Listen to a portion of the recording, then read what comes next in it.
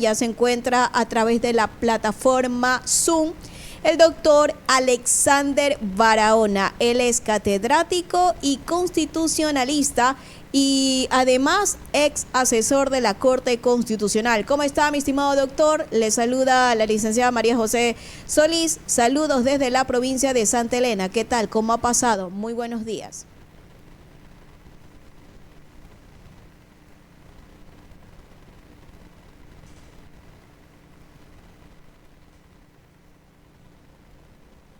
Muy bien. No sé si...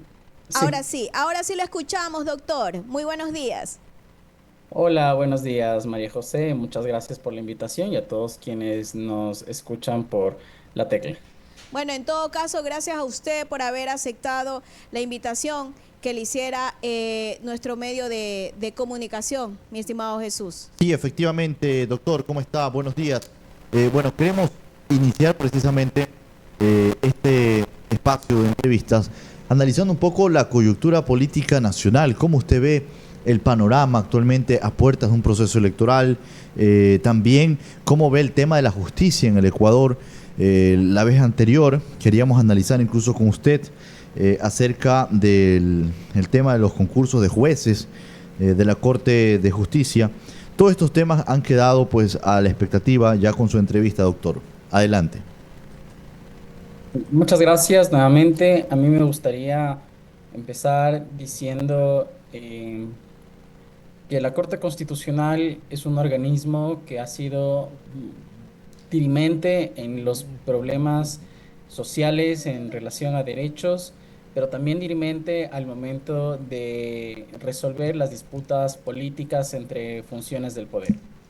Me explico. La Corte Constitucional ha resuelto casos delicados, como por ejemplo el fondo o los recursos de las universidades cofinanciadas en relación al acceso de personas que tenemos a la universidad. También ha dirimido el aborto en casos de violación a mujeres, el matrimonio igualitario, la eutanasia, en lo social y en lo político, el juicio político al expresidente Guillermo Lasso, la muerte cruzada con su abstención, y ahora mismo también se enfrenta a resolver tres problemas jurídicos: el caso de Jan Topic, el caso de las vocales suplentes del Consejo Nacional Electoral y el de la vicepresidenta Abad. ¿Qué quiero decir con esto? Que la Corte Constitucional es el último espacio que tenemos de administración de justicia independiente e imparcial. Es una corte en la que ningún político podría decir tengo el control. Y eso está bien. Que ningún político, independientemente de quién sea este, el color que tenga, la línea, como se parezca, debe tener el control sobre la Corte Constitucional. ¿Por qué? Porque si un político lo tuviese, entonces no tendría ningún tipo de límite. Y la experiencia nos ha dicho que los políticos en un primer momento se ven bien, se escuchan bien, pero con el pasar del tiempo en el poder se van transformando, se van degenerando y la autoridad se transforma en lo autoritario. Y eso hace mal en una democracia si no se tiene límites. Independientemente de si sea Ecuador, Perú, Colombia, no importa en dónde estés, el poder sin límites genera autoritarismo y sobre todo genera mucha más pobreza porque siempre se legisla para un grupo determinado y no para todos. El concurso de renovación de la Corte Constitucional entonces es muy importante por lo que he dicho. Se van a renovar 3 de los actuales 9 jueces, 3 van a salir por sorteo con las bolitas, digamos como si fuese un sorteo de la lotería. Ujú. 3 salen y 3 ingresan.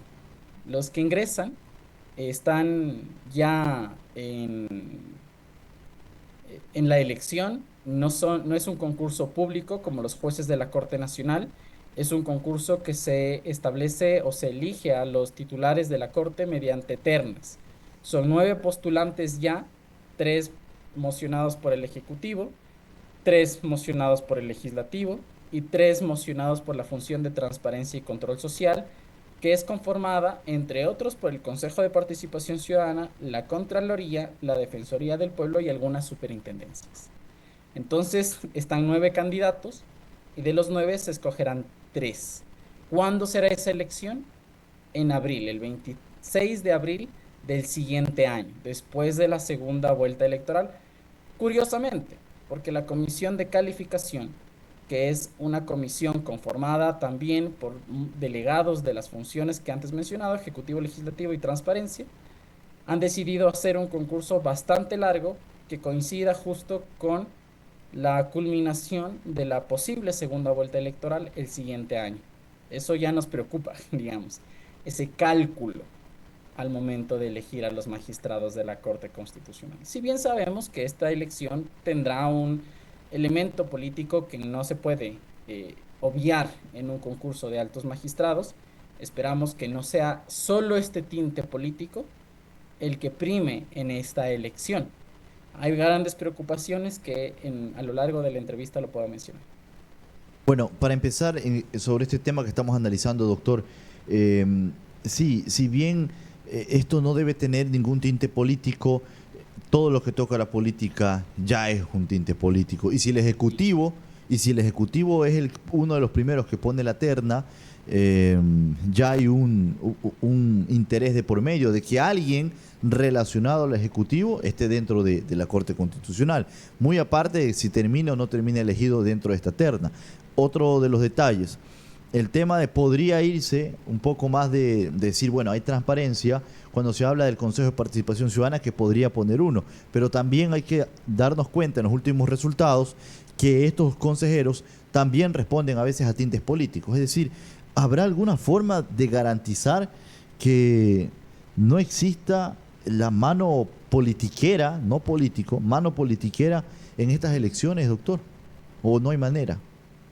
Es lo que intentamos, sobre todo la Corte. Creo que hay un consenso en el foro que conformamos los abogados, que somos profesores y también quienes, por su parte o al igual forma, litigan en materia constitucional, y no solo, sino en general. Mire, es normal que un magistrado tenga una posición política sobre los derechos, sobre la política en general, sobre la economía, sobre el desarrollo de derechos. Sucede en cualquier parte del mundo. En Estados Unidos tenemos jueces de la Suprema Corte de corte conservador o de corte progresista. Ese no es el punto. El punto es que los magistrados tengan la capacidad de decirle no a quien los ha mocionado. Que la Corte tenga la capacidad, o el magistrado tenga la capacidad de decirle a cualquier persona no si es que el derecho le exige decir no. Y eso es lo que se está buscando. No se está buscando, perdón, que los magistrados sean exclusivamente juristas, como que si fuesen personas que están divorciadas de la sociedad, pero que sus razones al final del día sean razones de derecho y no razones de una persona. En Ecuador tenemos un problema. No hay lógica de partidos, y eso es algo que lamentablemente la Corte Constitucional estimó en esta sentencia en la que quita los fondos a los partidos. Yo quiero ser más claro a la ciudadanía. Podemos tener 100, 200 movimientos políticos, muchos de ellos de papel. ¿Qué quiero decir eso? Que más bien le pides a tu amigo, a tu primo, a tu vecino que te colabore con una firma para poder crear un movimiento político local, cantonal, nacional. Y con eso, no solamente que te impulsas a ti a ser candidato, sino que recibes fondos del Estado. Muchos movimientos políticos se crean sin tener una lógica de realmente perseguir un proyecto que subyazca a las personas. Estos movimientos a veces se crean solo para candidatizar a una persona, a la alcaldía, a la prefectura, porque se ha quedado sin partido y ha creado uno propio. Entonces, este dice, bueno, esta dice, bueno, yo creo mi propio movimiento, pero el eje central soy yo y solamente obedecen a mí, y por lo tanto, si es que a mí me va mal en la gestión, desaparece el movimiento. Eso es lo que nos está haciendo daño como democracia, porque claro, esta persona se lanza, el Estado le da recursos públicos, no poco, y claro, luego, al final del día, no te vuelves del movimiento ni de sus ideas, te vuelves de la persona. Por eso es que aquí se habla mucho de correísmo, el novoísmo, el lacismo, el leninismo. ¿Por qué? Porque parecería que no nos importa los proyectos. ¿Qué no? ¿Qué es lo que estos señores nos ofrecen? Más bien nos importa ellos en particular. Pero como las personas estamos destinadas a tener errores, porque así somos en general, virtudes y errores, entonces cuando cometemos errores se defrauda a las personas, la persona, más que el movimiento, más que el proyecto, porque nunca votaste por un proyecto. ¿Por qué tiene que ver esto con la Corte Constitucional? Precisamente porque si tuviésemos una lógica de movimientos, de partidos, sabríamos qué es lo que puede fortalecerle al Ecuador más allá de una persona, dos o cinco. El movimiento, la propuesta en general. Y eso podría debatirse de acuerdo a la designación de magistrados. ¿Este magistrado de qué corte es? ¿De a qué proyecto en general se adscribe? Pero como no tenemos eso, lo peligroso es que los magistrados puedan no adscribirse a proyectos porque no tenemos, sino más bien a personas. Y eso Ujú. es un problema, porque al final del día las personas somos pasajeras. Todos los presidentes aquí han terminado medianamente mal. Entonces, los magistrados no pueden correr la suerte de los presidentes, porque se entiende que los magistrados deberían estar por sobre aquello y apegarse al derecho. Imagínese usted si tuviésemos magistrados que en vez de perseguir un proyecto progresista o conservador, dijese, no, yo me debo a un determinado presidente. Entonces, ¿para qué tenemos justicia? Claro. Eso hay que tener claro la ciudadanía. Esto no se trata de simpatizar con el presidente o no. Por favor, se trata de entender que más allá del presidente, más allá de toda la gente que le sigue, sea quien sea, tenemos la necesidad de tener una justicia independiente porque todos somos susceptibles de ir ante un juez. Y lo que esperamos de este señor o de esta señora es que falle conforme al derecho, porque si no, ¿para qué vamos? Claro. Y doctor, ¿hay un requisito, un reglamento que también pueda determinar cuál es el perfil que deberían tener estos magistrados que irán a la Corte Constitucional? ¿O simplemente pueden ser elegidos, como ya lo hemos dicho, a dedo en la terna? ¿O para incluirse en la terna, una vez más reitero mi pregunta, deben tener o cumplir alguna normativa? Sí, eh, tienen unos requisitos mínimos que la Constitución ha establecido y que la ley no ha desarrollado. Ujú. Por ejemplo, contar con al menos 10 años de ejercicio de la profesión, eso es muy poco. Yo, digamos, un profesional ahora se gradúa muy jóvenes, de Ujú. 22 años a los 32, 33 años, ya podría postular para ser magistrado de la Corte. Si es que ha ocupado su tiempo, ha sacado una maestría, dos, ha tenido un par de años de docencia, sería un candidato ante la Corte. Em, Tener la maestría, digamos, tener estudios de posgrado afines a la materia constitucional, derechos humanos, argumentación jurídica, tener años de experiencia en la docencia, en el litigio, sobre todo en materia constitucional, y, o haber sido magistrado de otras instancias, haber ejercido la profesión con probidad notoria. ¿Qué quiere decir esto? Que no haya sido sancionado por ser mal abogado, por abusar del derecho, que no haya sido un político que tenga denuncias penales, investigaciones en firme, o peor aún, sentencias condenatorias, que no tenga sobre todo ningún tipo de tacha en lo social, es decir, que haya sido persona que debe alimentos, se haya visto involucrado en violencia intrafamiliar. Eso quiere decir la probidad notoria. Entonces, todos ellos, estos elementos me refiero, serán escrutados en tres momentos. El primer momento, que justo arranca ya en este mes, en la impugnación ciudadana.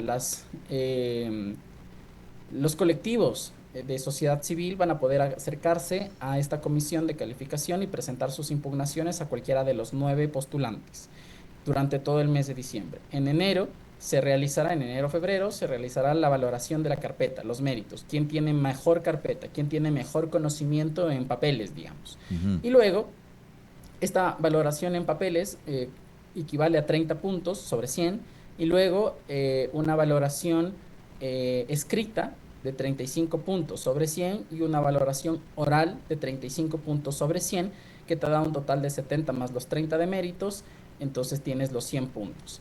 Esto en términos generales, quien realiza las preguntas orales y escritas son la propia comisión.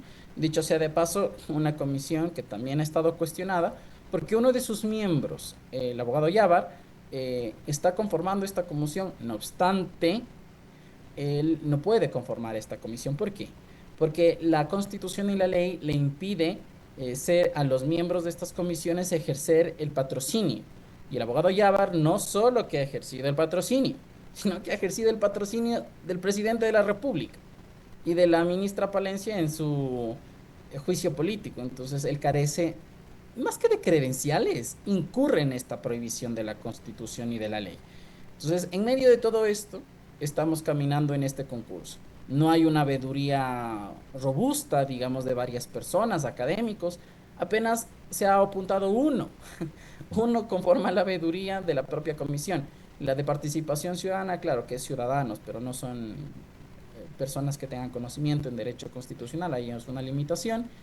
Y luego también no hay la suficiente publicidad de este concurso. Seguramente ustedes al hacer esta entrevista se preguntaban, también hay este concurso, precisamente por eso, porque no hay una publicidad suficiente.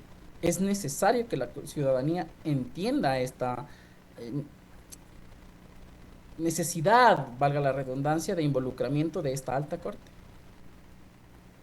Y además que la promoción, la ciudadanía desconoce exactamente cuáles son todas las funciones y competencias que tiene la Corte Constitucional, cuáles son las obligaciones que también tienen como funcionarios públicos con los ciudadanos, que eso es algo muy importante también.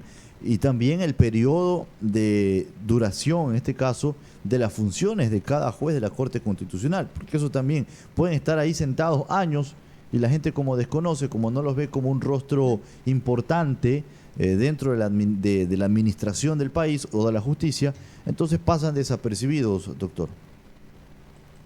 Sí, al menos esta corte, yo entiendo a la ciudadanía porque la ciudadanía se enfrenta precisamente con jueces de primera instancia, los que tenemos en los cantones, Ujú.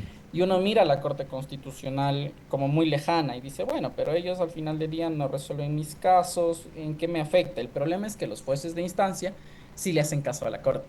Entonces, los jueces de instancia se ven limitados por las sentencias que da la Corte e incluso los jueces de instancia que abusan del derecho y le conceden extra proceso, es decir, por razones posiblemente de corrupción a una persona y a otra, al, a lo largo de los meses, si se llega a la corte les reprocha. Entonces esa corte sí es importante, quizá no inmediatamente, pero si no inmediatamente sí que lo es. También vigila que una persona no esté por encima de otras sin limitaciones. Eso para mí ya es fundamental. Con eso solo ya se resuelve, digamos, la necesidad en la democracia de tener una corte constitucional como la que tenemos. Yo he sido testigo que los políticos, los de las bancadas, digamos, Ujú. suelen ser muy temerosos de la Corte Constitucional. ¿Por qué? Porque dicen, a esta Corte no sabemos cómo llegarle, no tiene precio. Entonces, ¿cómo vemos por dónde metemos a la Corte? Por eso es que le defendemos a la Corte Constitucional, porque una Corte así es la que nos da seguridad, que no es que seas el presidente o presidenta de la Asamblea de Participación Ciudadana o el de la República, independientemente de eso, también van a encontrarse con la Corte como una que no le es servil. Hemos tenido ya una Corte servil. Sé de lo que estoy hablando y no queremos los ciudadanos estar indefensos ante el poder. Entonces, para que eso no ocurra, doctor, ¿cuáles serían los pasos a seguir? ¿Cuál es la manera correcta que se debería proceder en esta renovación de la Corte Constitucional? Bueno, entender que estos magistrados van a estar 9 años, ¿no? Y si es que viene un presidente, una nueva constituyente que los vote, tendremos que, como ecuatorianos, pagarle todo el periodo. Entonces, al final del día, ellos van a salir y el Estado en 2 o 3 años les va a tener que pagar los 9 años, ¿no? Como funcionarios públicos. Segundo, entender que los magistrados de la Corte, mientras más independientes e imparciales, mejor. Eso no quiere decir, como usted bien lo ha dicho, que van a ser personas ángeles, ¿no? Que están sobre el bien y el mal, Claro. divorciados de toda clase de sesgo político, no, sí que lo tienen, también lo tienen, pero mientras menos lo tengan va a ser mucho mejor. Y esto es importante entenderlo desde los medios de comunicación hasta quienes hacemos opinión pública, que es precisamente decirle a la ciudadanía, no descuiden de esto, es importante, generen opinión. Parecería que al final del día cumplir nuestro trabajo, los ingresos para pagar nuestras deudas, desarrollar nuestra vida, nos desborda y precisamente por eso dejamos de lado el debate público, pero el debate público es importante. Cuando uno llega a ciertas esferas políticas, siempre se pregunta, ¿y qué te está diciendo las personas? Pero mientras no te digan nada, entonces bajas las manos, ves que la sociedad no está generando opinión, no está generando incidencia o crítica y eso abona más a que tengamos una corte controlada por el poder, que es precisamente lo que queremos evitar. Entonces es a generar opinión pública, generar debate, expresar nuestras ideas y nuestros pensamientos en las redes sociales, que es el mecanismo democrático que ahora mismo tenemos. Muy bien, mi estimado doctor. Bueno, ya en la parte final, ¿cuál sería su mensaje para los ciudadanos peninsulares que lo están escuchando a esta hora de la mañana? Bueno, siempre es importante entender que pese a nuestras características propias, digamos, de cada una de las regiones, creo que Ecuador está en una crisis de justicia muy profunda. No tenemos una Corte Nacional definida. Los vocales del Consejo de la Judicatura culminan sus periodos en febrero del siguiente mes, pero el concurso no se ha iniciado. Tenemos déficit de jueces, no hemos evaluado a estos jueces. Tenemos casos grandes de metástasis, purga, plaga, encuentro, pantalla, que demuestran que los funcionarios judiciales estarían corrompidos por el narcotráfico y el crimen organizado. Ante este escenario, que es pesimista, sin duda, creo que es importante elevar voces, generar crítica, opinión y no dejar de hacerlo, porque ahora mismo que estamos ante una crisis de la justicia, lo importante es seguir reclamando, seguir exigiendo una justicia independiente e imparcial, porque se va a venir una reforma de la justicia. Esto lo estamos prediciendo, digamos, que es muy pronto que un político, el que venga, se va a ocupar en primer momento de la justicia, y eso es algo que nos va a tocar a todos, precisamente porque el nuevo mandatario o mandataria va a tener que enfrentarse a esta realidad. Entonces, lo que buscamos es que desde nuestros espacios podamos defender la independencia judicial y en lo concreto de la Corte Constitucional seguir luchando para que esta Corte pueda mantener su independencia y su imparcialidad. Muy bien, muchísimas gracias, mi estimado doctor, muy amable y gracias por su participación. Amigos, son las 8 de la mañana con 57 minutos. Estuvimos en un amplio diálogo con el doctor Alexander Barahona, catedrático y constitucionalista, además ex asesor de la Corte Constitucional. Hablamos de un tema importante acerca de la renovación de la Corte Constitucional, sus ternas y reglamento, y sobre todo ese análisis desde el enfoque jurídico. Cuando son las 8 de la mañana con 58 minutos, señores, 8 de la mañana con 58 minutos. Recuerden, antes de irnos a una pequeña